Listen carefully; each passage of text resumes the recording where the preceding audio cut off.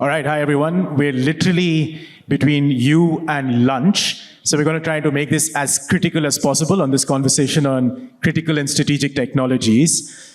And what we're kind of going to try to do is avoid long statements. We'll do short ones, a little bit of zigzag to and fro. And then many of you have been sitting patiently. I'm guessing you've got lots of questions on critical and strategic tech, so we will go to the audience. Critical and strategic tech, Quad, broad canvas when it comes to what this actually means, right? So you could go from everywhere from AI, quantum, biotechnologies, semiconductors, undersea cables. If you think about strategic tech, you could do digital public infrastructure, which is increasingly creeping into the Quad space, I think for good reason, but we can discuss that. In terms of framing the discussion over here, I thought we could just take a second of pause and think about what the External Affairs Minister said. And I think he put it very nicely. Stay, which essentially means let's take a little bit of stock and figure out where we are on critical tech, cooperation in the Quad, grow and contribute. So what more needs to happen in terms of perhaps process and outcomes? And how do we actually deliver this stuff? Because it's hard, right? So maybe I could just start with Vikram. Just give us a sense, Vikram, of, there's been quite a lot of talk, about different kinds of technology cooperation today. Someone talked about semiconductors, someone said something about digital infrastructure. What are the areas within the Quad that you would prioritize? And the second thing I want to push you on is you've been here this week also for IndusX, something that you, with your industry hat, as well as with your think tank hat, have supported from the very beginning. So worth keeping in mind as initiatives go, IndusX did not exist 1 year ago, right? It came about in May of 2023. What have you learned from IndusX that perhaps potentially could be merged into the Quad? Vikram.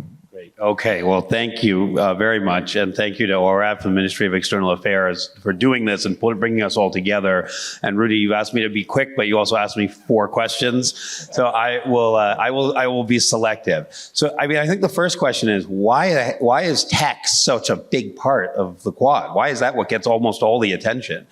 And I think it's because along with all of the strategic convergence we've been talking about today, something happened on the technology front which was akin to us all basically, being comfortable like the frog being boiled in the pot of water and suddenly waking up and realizing that we didn't have control of our own destiny. And just before it started getting too hot, we're trying to jump out of this pot.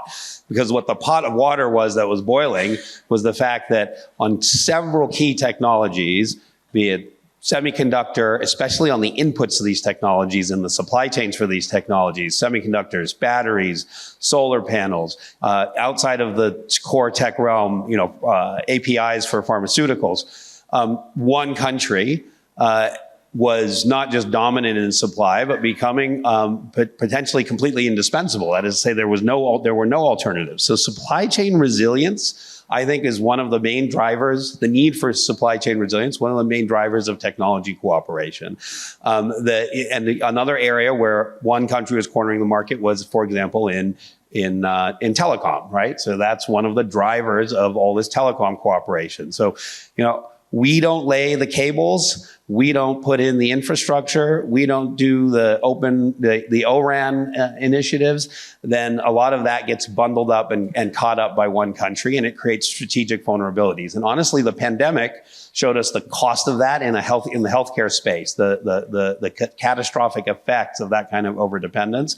So I think they're very connected, the supply chain piece and the focus on critical tech. But then you do get to this question of where can the Quad have the biggest impact and make a difference. And I do think it is important for Quad countries to get selective. If you just say semiconductor, does that mean you're trying to create multiple TSMCs, out of Taiwan all over the place? If you're trying to do that, you will not succeed. It's too difficult, and it exists for a very peculiar set of historic reasons. If you read the book Chip War, you'll understand why TSMC exists in Taiwan. That can't be created. What pieces of making semiconductors most contribute to the risk we're facing of it being all concentrated in certain places? What pieces of the supply chain are really wrapped up in China or so isolated that they need diversification? And the same goes for other technology areas. in energy and batteries, I think that's one of the most important. Again, what pieces of that supply chain, what inputs are only stuck in China? The Quad can leverage public sector incentives, public sector policy to get the private sector to try to focus in the areas that matter most. And that's how I would try to frame it. And we can go into more specifics, but I want to stick to your guidance and be brief. I'm going to come back to you on the military side and Index X. And this is not to securitize the Quad, but it's to talk about defense innovation and dual use innovations. To do a lot of the things that we've been discussing, you need money, right? And that's something, Mike, that you've been focusing on a little bit, is how does the money come about? How does the money get facilitated? In Australia, you created the Quad Investment Network. I don't know if Carl Mehta's over here, but he's been talking about it for quite some time. Could you start by maybe telling the audience a little bit about Quinn, and how do you see the Quinn kind of building out in the near future? So the Quinn is the Quad Investors Network. And so over the history of the Quad and kind of since 2021, really, there's been an amazing acceleration in cybersecurity and how it's being addressed through the Quad. So that's been through not only statements from the Quad leaders, but there's been the Quad Senior Leaders Group, Cyber Senior Leaders Group as well, which has been established. And in 2023, we saw a couple of things that were established that have really taken the really amazing vision and international alignment components of what the leaders are talking about and pretty much operationalizing it. Like, how do we make these things happen? And one of those things is the Quinn. And that is linking together representative organisations from the 4 countries into an investors network, which is going to provide money into projects for on critical and emerging technology. Now, cyber is a bit of a unique case in that context. And so cyber is the horizontal across all of these other critical technologies. So it's something that needs to enable and support all of the other critical technologies that we want to talk about. It's also something that is inherently universally applicable to everyone. So individuals, organisations, nations at all levels need and are using cybersecurity tools. And so you need to be able to have commercialisation. And the innovation meeting commercialisation is the critical factor that determines whether a technology is going to scale or whether it's going to fail. And that's where, you know, we need to be doing more to encourage and provide pathways for money to be coming into these companies and joining with R&D, the early stage of innovation, which is often done out of research institutions or government institutions and universities, but moving that into the second stage of innovation, which is applied innovation, which is that commercialization. That's where you get the ability to make these technologies applicable for the market, and it lets them scale. So that's why it's so important to get that investment meeting innovation. All right, Mike. So just to understand, in a sense, shall we think of Quinn as an incubator, a fund, and a facilitator for organizations, industry, and the academy in these 4 jurisdictions that come together and you say, okay, I pick these 3 ideas, something on agriculture, on AI, or XYZ, I incubate it, and I commercialize it, so then there's a sustainability, financial sustainability piece that's built into it. Is that essentially the right characterization of the Queen in a sense? Essentially, yes. So it's about not only, well, in the process of investment, there are always rigorous methodologies for picking what you invest in. It's got to be something valuable. It's got to have promise. Investors have got to get a return on that investment. So there's a natural process there to kind of refine the scope of the Quad's very broad technology agenda. It's about connecting the resources, so the money and the people, and putting a timeline on it. So, that's the difference between dreams and goals. It's accountability and a timeline. And that's what that investors network can do. And sorry, I'm just going to stick with this for one more minute. How far is Quinn down the road? And if you're talking to policymakers sitting over here, what more needs to happen to realize delivery? So Quinn is not very far down the road. So it was only announced in, I believe, it was around August last year. But in October last year, there was the first Quinn investment and tech dialogue in DC. So that is still very much an organisation finding its feet, but it is able to provide a set of people with the right mindset and right connections into money to operationalise some of the things that have been talked about in the Quad. And that's where it's really, in 2023, we've seen a huge amount of progress on cybersecurity within the Quad, taking it from that strategic international alignment level down to, okay, what are we going to do and how are we going to do it? Okay, I'm going to come back to Yuka and Raji in a second, but Vikram, just on this thread, it seems to me that Quinn is designed for challenges, right? The challenge doesn't need to be in defense necessarily. It could be in various ideas. How do we do that?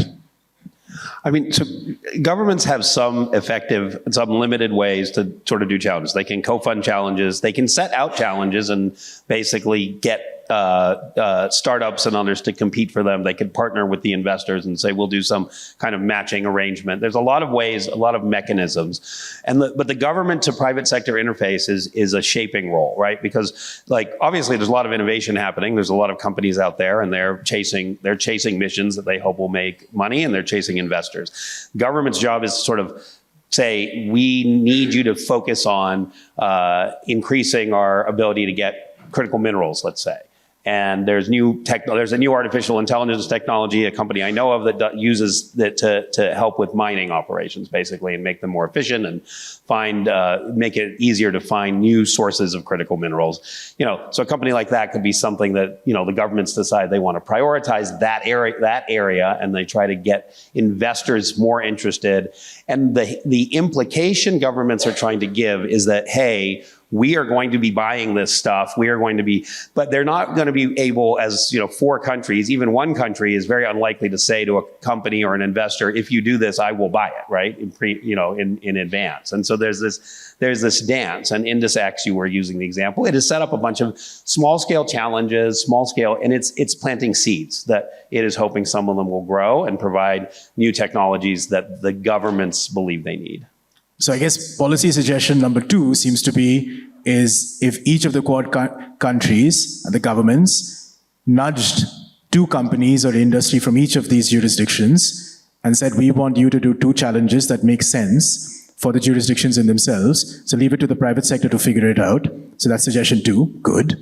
Third, let's come down to cyber resilience. So Raji, you've been writing recently a lot about cyber resilience. You've got a very clear paper with very clear suggestions. You're also a space expert, so I'm going to come back to that piece. And there is a space working group in the Quad.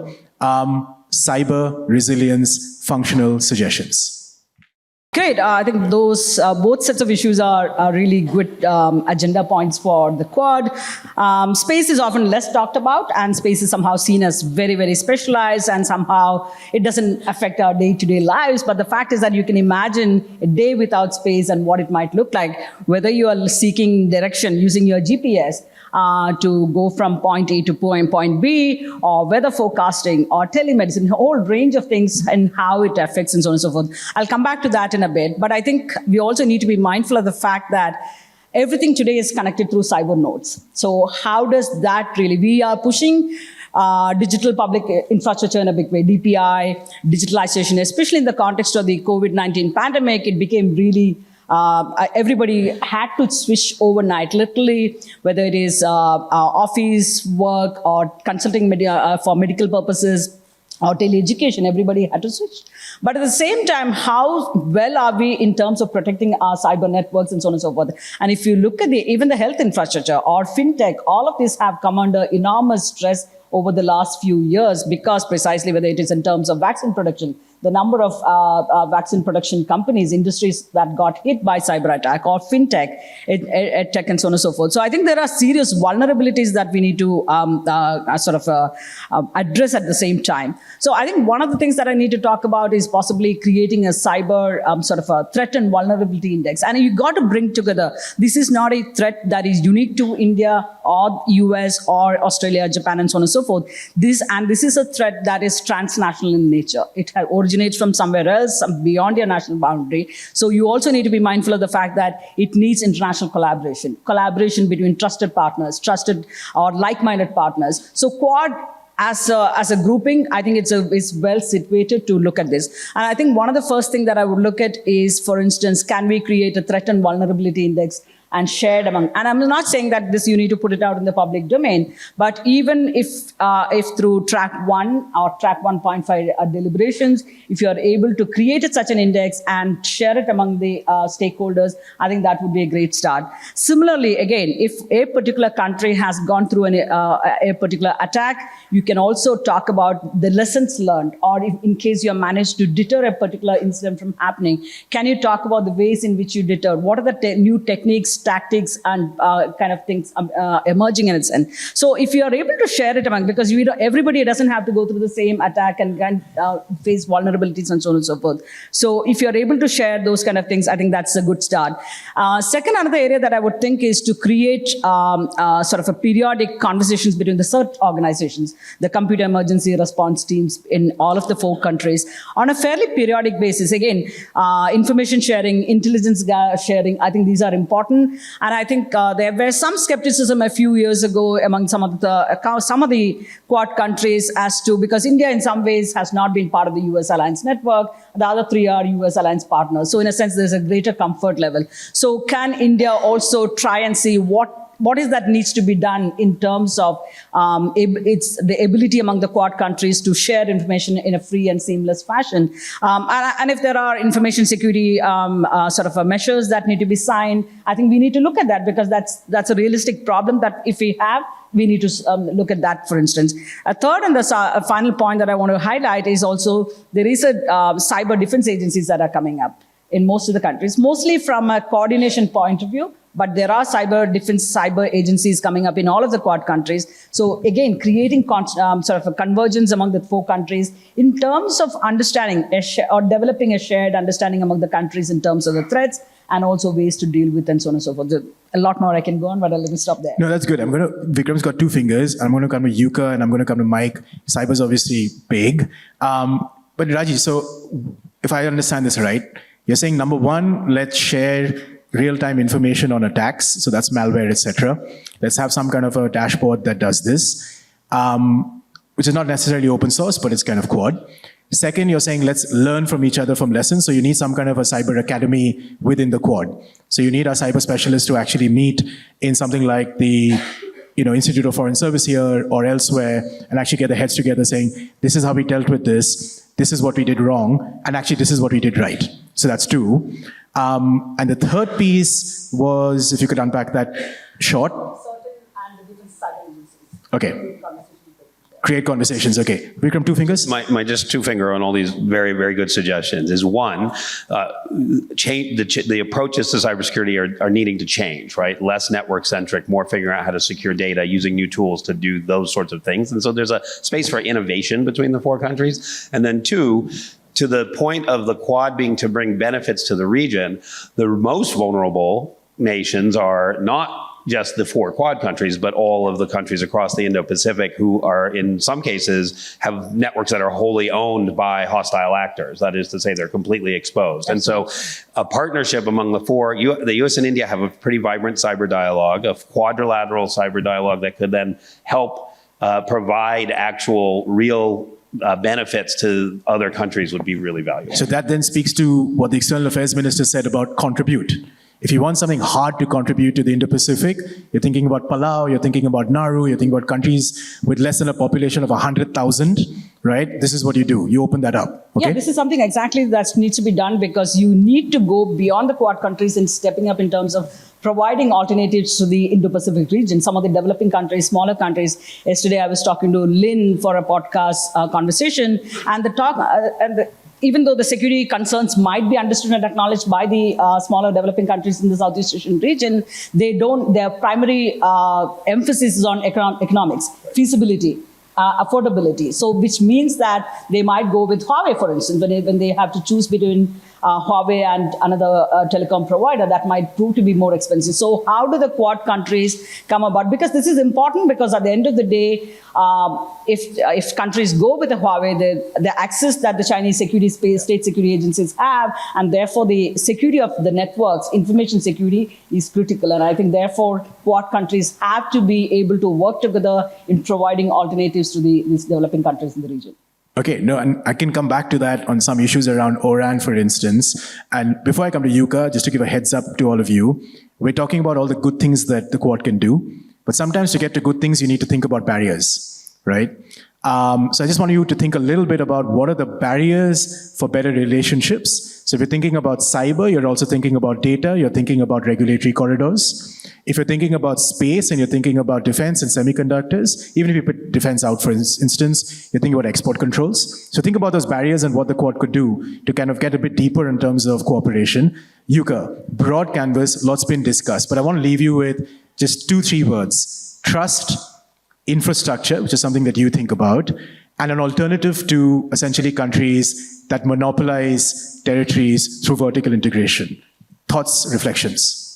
Sure. Well, first of all, thank you very much for having me to the Raisina Dialogue. Thank you, ORF, for inviting me to both the Raisina Dialogue and the inaugural Quad Think Tank Forum.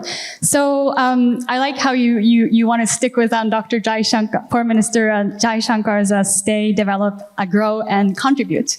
But I think I'll start with the contribute bit. I think the last session talked a lot about how, the Quad countries need to bring tangible outcomes and also tangible benefits to not just the Quad countries, but also beyond. And we have been kind of, I think it was a quite critical session that it hasn't really delivered much. But let me just talk about that from the example of the digital infrastructure piece, that there actually has been a lot of tangible outcomes that has developed throughout from the Quad over the last several years. So just going back to the Quad and then also the original vision and the priority areas for the Quad in critical and emerging technology areas, I think a lot of the drivers was around how can we ensure that the region will have, first of all, the Quad is about the free and open Indo-Pacific. So in the critical and technology concepts, I think it really emerged about how can we have the region have a resilient, secure, and diverse telecommunications infrastructure, for instance.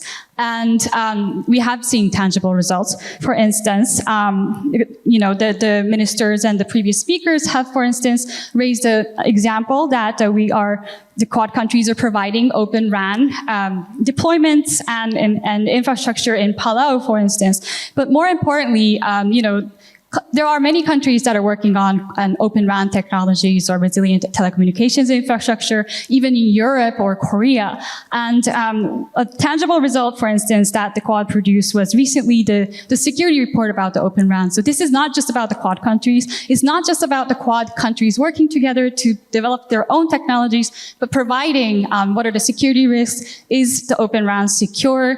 What more should we do to make sure that open RAN is secure? So this is like a global comments that we've been talking about. And then the other piece on stay, not stay, but I would say Quad, there were, in the previous discussion panels, I think there were comments that Quad should be focusing on the urgent needs. But I think when we consider stay and also long-term needs, I think there are also some achievements made, or I would say first projects made around the STEM fellowship, for instance. But basic investments and R&D and also basic science and research is also very important that I would like to highlight. I think the previous speakers also focused on, the role of the Quad investment network. But I think that we also need to highlight the importance of how can we make sure that we also jointly grow the science and scientific community, and also how to ensure the interoperability of the 4 countries and also beyond the 4 countries in the region. Okay, so one functional outcome of what you said, and Yuka, just correct me if I'm wrong, is very simply, let's find a mechanism by which we can do greater facilitation of scientists, thinkers who work on specific areas, could be AI, could be quantum, and let's get them out to each of the 4 jurisdictions in themselves. And then, of course, the RAN piece. I'm told there's 10 minutes. I'm going to go to audience in a second for 2, maybe 3 crisp, clear questions. No introduction necessary, right? So keep that in your pocket. Very quickly, Mike, barriers, regulation, data, what do we need to do? So information sharing in cybersecurity is the holy grail. It's what you need to be able to really make a difference in that problem. And it's because of information asymmetries, between attacker and defender, between, governments and individuals, organizations and governments. Information sharing really has 2 elements to it, and kind of echoing some of what Raji said. Some of it is quite easy and been done well before. So, there's standards for sharing information like STIX Taxi, which is a way of sharing information on cybersecurity. There's lots of organizations that we can use as examples, like the Information Sharing Analysis Centers, which have been around for 20 years. There's also international multilateral organizations that share information like that. And that stuff is all kind of relatively easy. Where it gets difficult is when we're talking about sensitive, in a national security sense, cybersecurity vulnerabilities and incidents. And so that's where you start talking about classified material, essentially. And the challenge, to get to your question, if we want to be able to do the things that the Five Eyes is doing, like, for example, joint attributions on Chinese cyber activity, like Volt Typhoon in May last year, there needs to be sharing of much more sensitive information, and that's far more difficult. And to be frank, the challenges are not between Australia and the US, obviously. There's challenges individually with India, which relate to the US's perception of its relationship with Russia, and with Japan, it's the lack of a robust clearance and classification system and information security culture. So those 2 challenges are something that the Quad can go to address and move, maybe slowly, but move towards that sharing of very sensitive but far more actionable and effective information. Okay, so you've given us the tough and the impossible. If I just throw a possible, so let's get to the tough and impossible: overtime, trust bills, you think about classification, etc. What about a regulatory corridor for the Quad to just think about something as simple as how do you treat data, right? If you want companies to cooperate, you want countries to cooperate, you're going to need some very quick. So very quickly, Mike. Well, I'd actually call that pretty difficult as well, because the thing is that when you're talking about those regulatory principles, on the one hand, it sounds easy, but when you're talking about so many diverse cultures and legislative approaches across the Indo-Pacific, not just within the Quad, you're needing to understand how they are going to interpret issues like privacy and safety online. Those things are very contestable and varied concepts. But worth discussing, just to be positive. I'd love to. Okay, good. Raji, very quick one. If all this theory comes into practice, our companies, Australian companies, others are going to do more on innovation. They're going to do more. They're going to need licensing, so on and so forth. Should we think of some kind of an export control boot camp for the Quad countries? Is that the way we should think about barriers? I think we need to do that, but I think there is, because I think even at the broader level across the Indo-Pacific and beyond, I think there is going to be the return of the export controls in a big way. How quickly it will emerge, like the NSG and or Wassenaar Arrangement, Australia Group, and so on and so forth, I'm not certain it might even reflect exactly the way it did during the Cold War. But given the kind of intensification of great power politics, and technology has become the center of this geopolitics, trade and technology have become, and therefore there are going to be efforts to curtail the transfer of some of these technologies.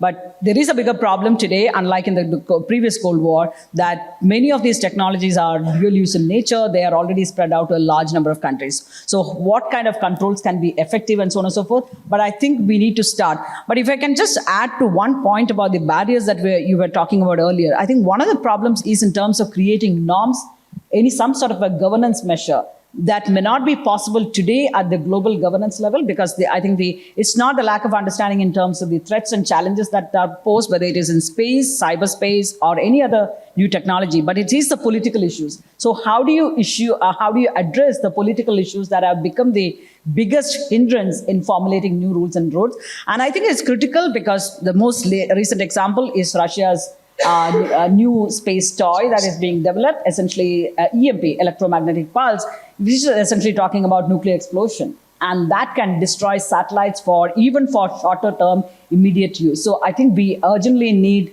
norms of responsible behavior, rules that can regulate and put a stop at some of these negative trends that we are seeing today. So very quickly, Vikram, I'm going to come back to you in the end. I'm going to give it to audience. So one is, when you're talking about norms, just to be clear, you're talking about the Geneva conversation where Quad members need to coordinate more when it comes to military applications of AI.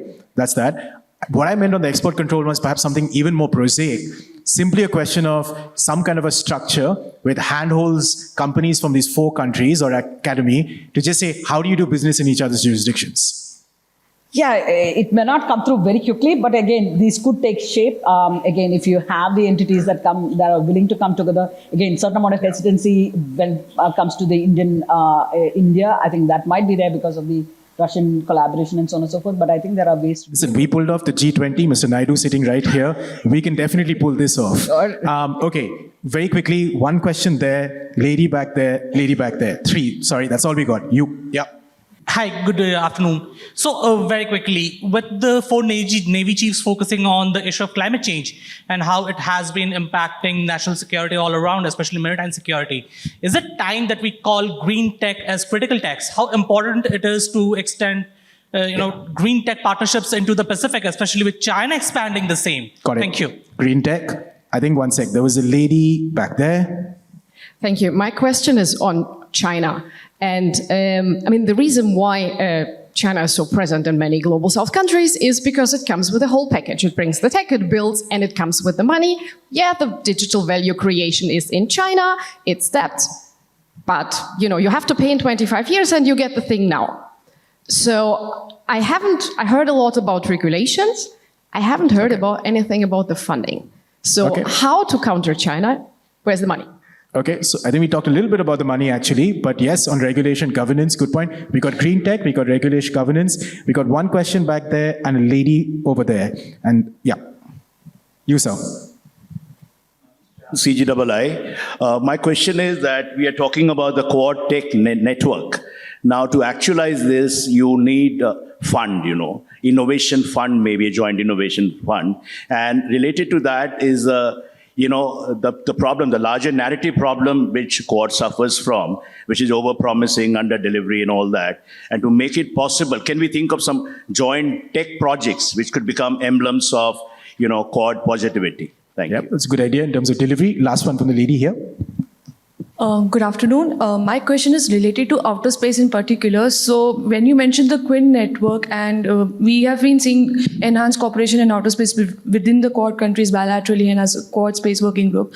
So how do you think with more and more private players coming up and more new conceptions in terms of space technologies and business related to outer space are coming up, how do you think Quinn is going to incorporate itself in the outer space domain? Thank you. Okay, thanks. I'm going to keep an eye on the time and I'm going to use my, whatever privilege I have, is to say space, you need to talk to Raji at lunchtime. Green tech, you need to talk to any one of them. I think the Quint Innovation Fund is a super idea. You need to talk to Michael. And I'm going to give you all 1 minute to close out. I think there's an important point. What sets the Quad apart from other initiatives, apart from the assets, is the governance and the regulation. It makes it open, it makes it democratic, it makes it attractive. So 1 minute each, what do we need to do more, right? Rather than a functional idea, but what do we need to do more to make sure that that remains not just as a structure, but frankly, it's a persuasion exercise. So maybe from Vikram down this way. Well, I think I'll answer that in the China competition question. The thing that could make the Quad different on technology is the ability to innovate. And because you have India in this particular configuration, the ability to scale and deliver outside and potentially be cost competitive with China. That is maybe the holy grail, right? Because India can bring you lower cost. India can potentially bring some of these things into a realm, and that's whether it's solar panels, networking equipment, whether it's future semiconductors, whatever area, green tech, high-end tech, for military purposes. All of those things are things where you could be competitive. The Philippines will buy a BrahMos missile. Their countries will buy something that is not, that they wouldn't be able to afford from the United States or Japan or Australia or Europe. So that might be the way you could differentiate. So scale, big one. Raji? Yeah, I tend to agree with that, and I would take it forward by saying that you need to bring in a second tier and third tier of smaller companies and who can be actually part of the value supply chain in a sense. And I think that may be a more sustainable option for India to look at. But I think we also need to, it might sound simple, but I think it's one of the, whether it is in terms of framing the agenda for the Quad countries or overcoming some of the barriers, I think political issues are important for us to deal with. Without that, technocrats can only produce that much. So you need to bring in that political willingness. And how do you, if there are issues, let's be clear about them and start addressing them. That's quite important. And to go to the China one, the point that you made earlier is that Quad countries perhaps need to just do more when it comes to space tech, military AI in the disarmament conversations, because that's where we hear that it's great bilaterally. Yeah, India has come a long way in terms of how it is part of the conversations on global governance issues. We used to be part of the G21 countries, which is typically the non-alignment countries when we took positions at the Conference on Disarmament Geneva. From there, now the Quad leader statements have actually in the last few years talked about consulting each other on global governance on even space issues, which is a big departure in a sense. And I think India is becoming more pragmatic. India is being pragmatic because the threats are growing in any of these sectors, and unless we formulate rules, and the consensus development at this stage is only possible in smaller groupings. So as the UN ODA had talked about, Office of Disarmament Affairs talked about, maybe creating a networked multilateralism is a way to go about. So if we can have many multilaterals developing these small consensus and then take it to a larger platform through a network multilateralism, I think that would be an effective way to deal with these issues. Governance, confidence, very quickly. Well, if I was going to apply that to the Quad, as what's one thing we should do? It should avoid equating progress with institutionalization. Because I think we go back to what Minister Jaishankar said about flexibility and open-mindedness. That's the unique selling proposition of the Quad. We don't want to lose that value. Again, Yuka, all this comes down to trust. Close us out. Yes, I think one key element we haven't discussed yet is engagement with the public and the civil society as well. So I think there were lots of questions around how do we get funding? And I think there are a lot of things that we haven't done yet. And I did mention about, for instance, the scientific cooperation, and I haven't been able to kind of develop further. But the challenge is that even the STEM fellowship is that the fellows are going to the US, and then eventually they are hoping that they will come back and work professionally in the Quad countries, but that hasn't been realized yet. And that's partly because the academic institutions are not ready, and they also need to understand the value of cooperating with Quad countries, but also with regional countries, and cooperating on these trusted technologies with like-minded countries. And also not just the academic community, but also the investing community as well. So I think Mike talked about the Quinn, but we also need to keep in mind that, of course, the Quinn will involve venture capitals, but not all the countries outside of the US will have the funding capabilities similar to the US. So we need more engagement with the venture capital communities in these Quad countries so that they would understand what trusted technology is, what trust capital is, and why do we need to invest in deep technologies, and why is it why would it become disadvantaged if we have integrated venture capital community to grow these technologies. So I think I'll end that. No, I think that's fantastic. Good point to end in. Engagement, lots of great suggestions. Thank you for dealing with the rapid fire kind of rounds. Please thank our fantastic panelists and do bug them at lunchtime.